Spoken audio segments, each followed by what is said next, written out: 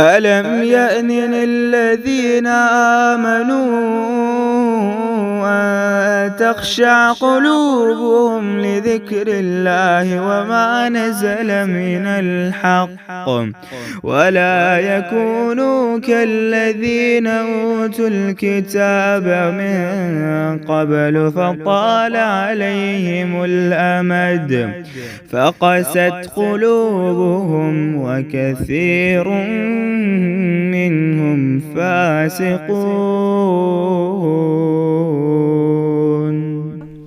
आयत 16 से 18 सूरत का इख्तिताम। ईमान अल्लाह का एहसान है और अल्लाह पैगाम देते हैं कि अल्लाह पर एहसान ना जतलाओ बल्कि इसका एहसान मानो।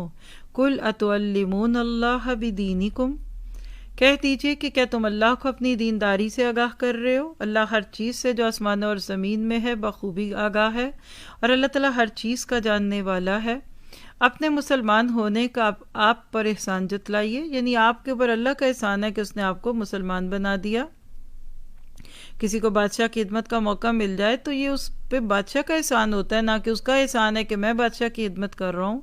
तो बादशाह है, अल्लाह तो अल्लाह की ज़ात है। तो अगर आप में से मुझ में किसी को अल्लाह के दीन की खिदमत की मौका और तौफीक मिल गया तो बोलिए अल्हम्दुलिल्लाह। कैसे? बल्कि दरअसल अल्लाह का तुम पर एहसान है कि इसने तुम्हें ईमान की हिदायत दी। अगर तुम रास्तगो हो, यकीन मानो कि आसमानों ज़मीन की पोशीदा बातें अल्लाह खूब जानता है और जो कुछ तुम कर रहे हो अल्लाह इसे खूब देख रहा है। अल्लाह हमें इसकी तौफीक अता फरमा दे। तो आयत 17 में अनहदाकुम लिल ईमान में हिदायत की बात है।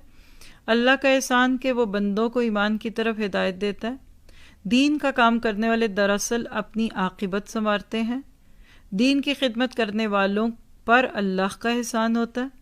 अल्लाह ताला इन्हें अपने दीन की खिदमत की तौफीक देता है, ये उसकी मेहरबानी है और हिदायत की तौफीक सिर्फ अल्लाह के हाथ में है।